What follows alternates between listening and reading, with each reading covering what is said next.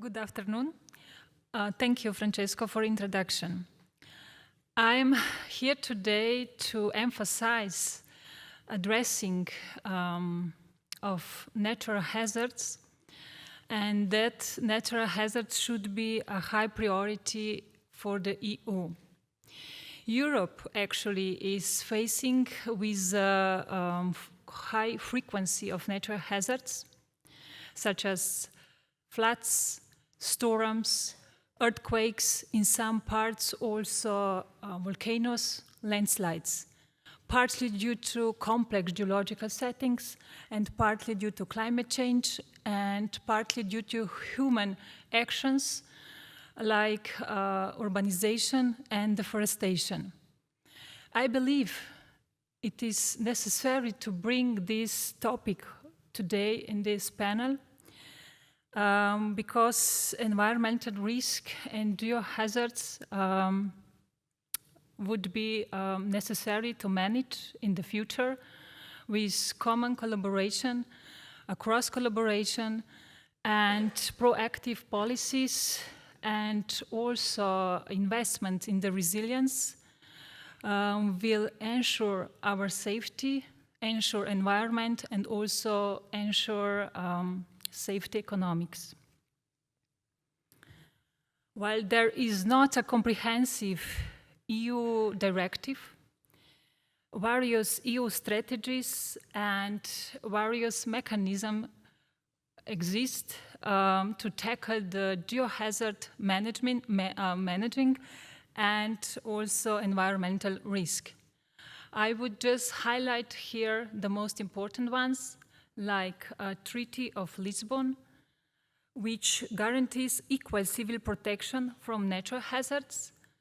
And the second one, Sendai Framework. This is international agreement from 2015 to 2030 with 4 main priorities. First one, to understand risk. Second one, to strengthen risk governance, to enhance preparedness, and to improve risk resilience.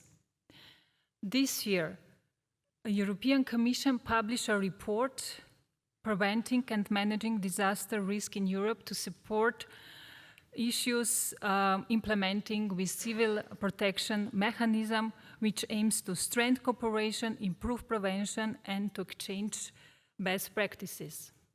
However, national geological surveys and regional surveys already undertaken some of the actions and support policy implementation in the national level.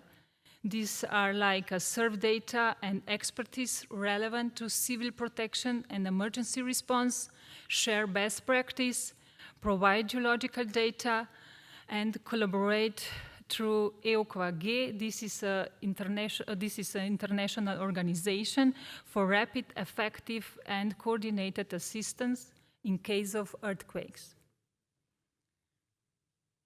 Soil monitoring law aims to protect and to restore soil health across Europe by 2050. It contains 2 main goals. First one is establish a comprehensive and consistent monitoring, and the second one is to address soil threats like soil erosion, soil contamination, floods, landslides.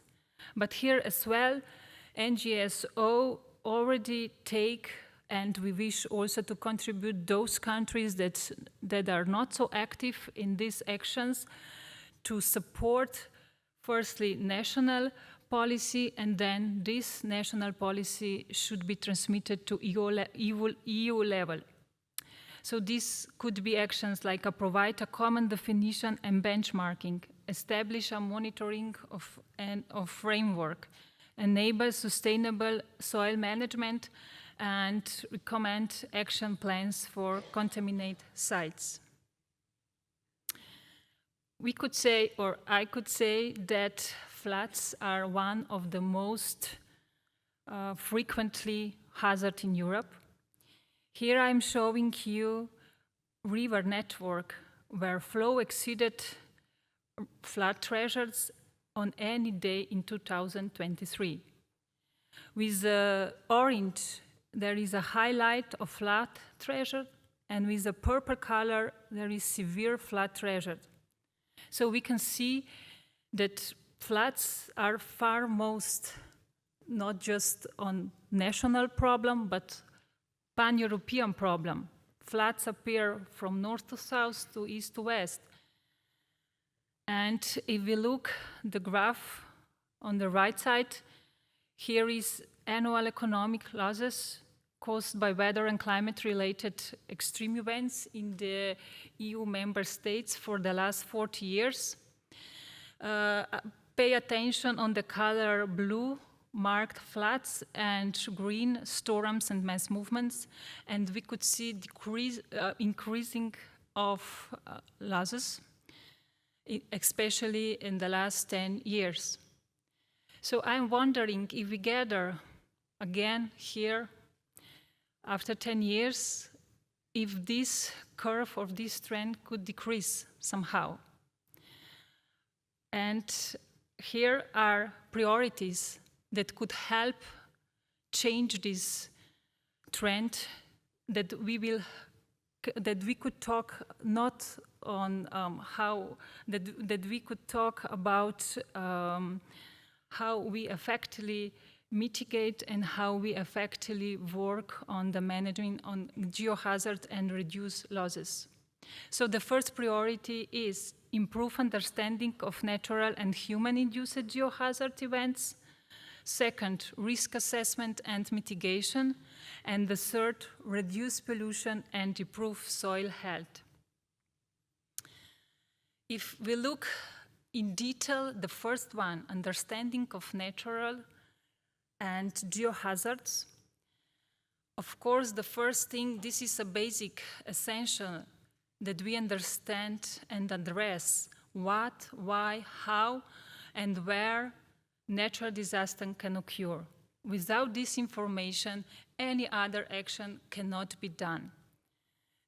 To do this, we plan in Syria to further, let's say, use and contribute with the integration of multi-source of data. We have a lot of satellites. We will combine Earth observation data from different satellites together with the subsurface data that are crucial, of course, to understand what and where can natural hazard or geohazard occur. We will also try implement machine learning methods, of course, in a particular manner, also artificial intelligence, mostly for mapping, for fast, rapid landslide mapping after the event trigger. We have a lot of ambitions to use stochastic models, because we know that stochastic models, in comparison with deterministic models, give us also information about the uncertainty and the vulnerability. And not vulnerability, sorry, probability. And we know that the probability is a very important factor if we're talking about the hazard, because we know where the hazards appear, but do we really know what is the probability that hazard will appear now or not tomorrow? We will also use multi-physics models that are great support tool for processes, very complex analyses and processes such as also geohazards. Second priority, risk assessment and mitigation. Mitigation cannot be done if we do not have a good risk assessment strategy, risk assessment methods. Firstly, we will update inventories and database.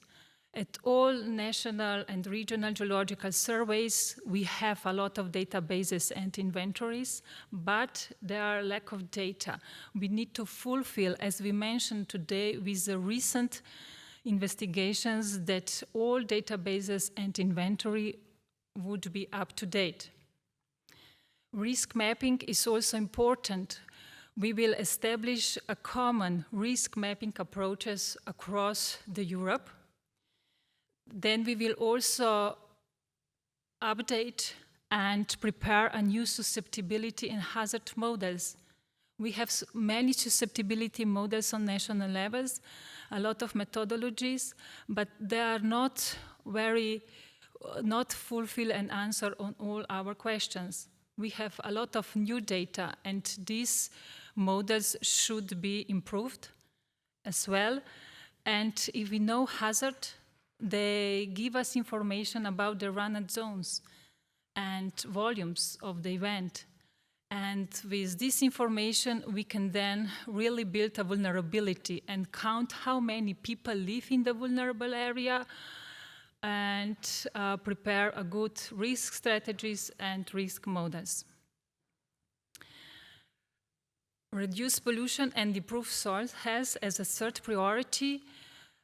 We will address healthy soils, because soils is essential for human existence, as it supports food production, protects vital resources and degradation. We will improve and conduct many researches on soil threshold values, standards for sampling and management, do research about the best monitoring soil erosion processes, and also find out soil contamination. These are 5 main outcomes that we are expecting in this area. I would also say that environmental risk and geohazards are not only isolated on the national level, but this is far most affected, a lot of time affected larger areas. And having this in mind, we need to transmit our knowledge from national scale also to European scale, and prepare methods and strategies to mitigate hazards. Thank you for your attention, and I look forward to discuss with you further on these issues.